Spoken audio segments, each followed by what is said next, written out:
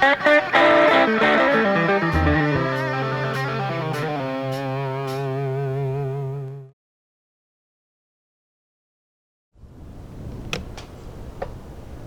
let's go back to the beginning there. Now you guys talk about what your setup was going into the process of beginning the recording that you went through, and what had to take place to put that together, and then what were your first experiences like?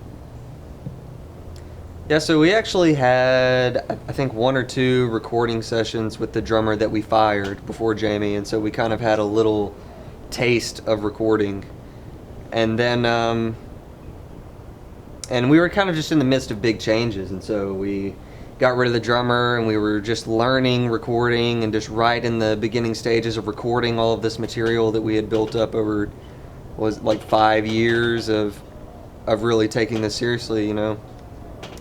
And so that's when the experience of getting to play music with one of our heroes happens, you know, and we were fortunate enough to record the meat of the material that we have now, just the bulk of all of our recording experience with Jamie Oldaker, which is just an unbelievable miracle, blessing, really beautiful. So what was your very first moment coming in the studio and thinking this is actually going to happen? Like meeting a hero, really. It just kind of surreal. What do you think? Well, we met him the night before at Sam's house. He came down from Tulsa, and we were gonna eat dinner here. And I remember all night, like we're all sitting there, so like shaking, it's like my palms were so sweaty. Yeah. So sweaty. I remember that. Then, that's crazy. Like that, I remember I like dried him out, and then we heard a knock at the door, and it's just, and I was like, oh great, you know. I'm like, hi, how are you? You know, but, yeah, and he kind of just said, just don't really think about it, you know, just play. We'll just play music, and he told us some stories about him with Clapton, like Clapton jumping from balcony to balcony on their hotel on like the 43rd floor, jumping balcony to balcony with a samurai sword in his pajamas, and he was trying to sneak in and attack Jamie, and then someone on the street said that they thought a ninja was on the deal, so they called the cops. An assassin. Somebody. Yeah, and so they called the cops, and then so Jamie's in there with Eric, and he's like, what are you doing? Then there's a knock at the door, and they open it, and 2 cops are standing there. And they open it, and Eric's no shirt on with his PJs and a samurai sword, and Jamie's just standing there, and they're just like, what's going on in here? Just like, we heard all those stories. It was funny. And then there's an equal amount of nerves right before recording starts, you know. Yeah. And you know, of course, he didn't really know what to expect from us, and so there was kind of that period of kind of like communicating with just eye contact type of thing. He was also in the vocal booth. Oh yeah, he wasn't even in the same room with us. He was in the vocal booth, so the entire time we're looking through a glass door, and he's like leaned back playing the entire time, just looking at us. And it's like listening back to some of those earlier recordings, you can just definitely tell that he was kind of getting a little bit out there to just see if we would go with him, you know, like kind of test how big the envelope is, you know. On Funk Soup. Yeah. Funk Soup. Yeah.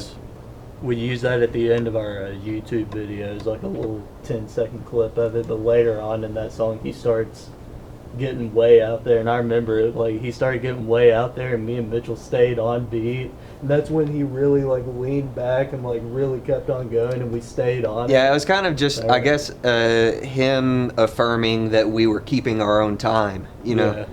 And then once we all realized that and we clicked, we could kind of just let the time exist on its own, you know, and kind of be in the middle of that, having a conversation, which was unbelievable.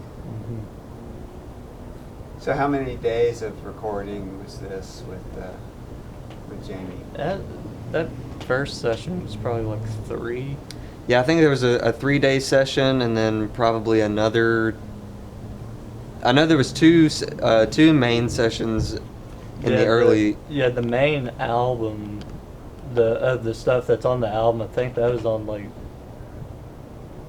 session 2 and 3, maybe 4. I don't know. There was a total of 5 sessions. So 5 or 6 with 4 day, like all day, 4 days probably. yeah, it kind of just turns into a blur. Like once you're in the studio for a number of days, it's kind of just, you know, you just lose track of it. Yeah. But it was a lot of recording time spent together. So when you look back on that, do you have moments where you go, did that actually happen? Yeah. Yeah, like when we were recording Well All Right, I'll never forget this. On the third verse, if you listen to it on the third verse, you won't be able to tell that this happened at all. But he's playing the hi-hat and snare with one hand, and there's a bar stool beside it, and he's sitting there hitting the bar stool and playing the song, and you can't even hear it. And he's just looking at us laughing, and we were just like... He's literally just showing off. No one will ever hear what he did. Nobody will ever know that happened. It's just for us. Very cool. Like like you can't even tell like that even happened on there. Like, but I saw it. Like it was wild. Very wild. Yeah. Sometimes it would literally look like he had 10 arms. Like it was just Tomorrow's Dream. Yeah, and just his timing when he would smash cymbals and. Yeah, Tomorrow's Dream was crazy. Yeah, It that was really the first moment that we all... Yeah, that was kind of like the first real magic moment where it felt like we all just connected to something outside of ourselves, and then... Yeah, we finally moved all into the big room on there, so we were just sitting in a triangle, and we were just... Staring into each other's eyes. Yeah. The air coming off of his kick drum... Yeah, you can feel it just rill you all the way chest, through you. just, Yeah. Yeah. So Whip you into shape. Yeah.